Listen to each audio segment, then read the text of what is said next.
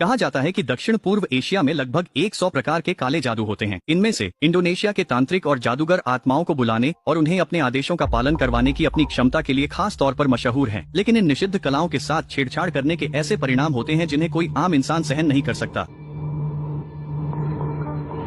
एक सफल युवा दुकानदार की कहानी है। उसकी तरक्की से सब जलते हैं और पड़ोसी प्रतिद्वंद्वी उसे घूरता है मानो उसकी मौत चाहता हो।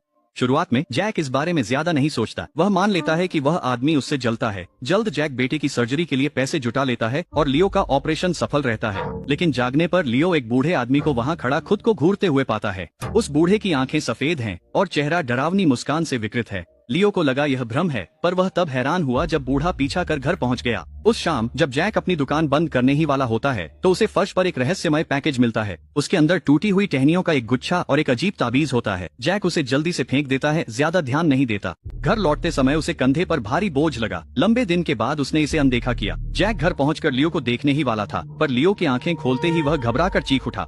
वह जैक को धक्का देता है और सीधे अपनी मां की बाहों में भाग जाता है। डॉक्टर कहता है कि जैक के कंधे पर एक प्रतिशोधी भूत बैठा है, एक औरत जिसका चेहरा बेहद डरावना है। जैक हैरान है कि लियो भूतों को कैसे देख सकता है। जैक जांच के लिए एक तांत्रिक बुलाता है। तांत्रिक बताता है कि सर्जरी में लियो की तीसरी आंख खुल गई है और वह अदृश्य चीजें देख सकता है।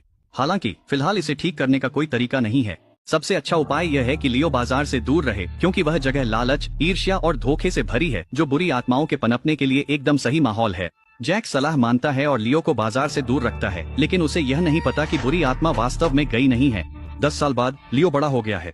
माता पिता के अलावा अब परिवार में एक छोटी बहन और भाई भी हैं, लेकिन बाकी बच्चों के विपरीत उसका छोटा भाई एडम हमेशा से ही अलौकिक चीजों में रुचि रखता आया है। एक दिन एडम लियो को एक किताब देता है जिसमें भूत प्रेत और आत्माओं की कहानियां भरी हुई हैं। जब लियो उसे देखता है तो उसका चेहरा गंभीर हो जाता है। उनकी माँ उनकी बातचीत में हस्तक्षेप करती है और लियो उनसे अगले सेमेस्टर की फीस के लिए पैसे मांगता है। वह कहती हैं कि उनके पास पैसे नहीं हैं और उसे बाजार जाकर पिता से पैसे मांगने को कहती हैं। लियो सालों से बाजार नहीं गया, पर माँ को लगता है कि अब वह बड़ा हो गया है और आत्माएं उसे परेशान नहीं करेंगी। वह उसे कहती हैं कि जब वह जाए तो ज्यादा इधर उधर न देखे।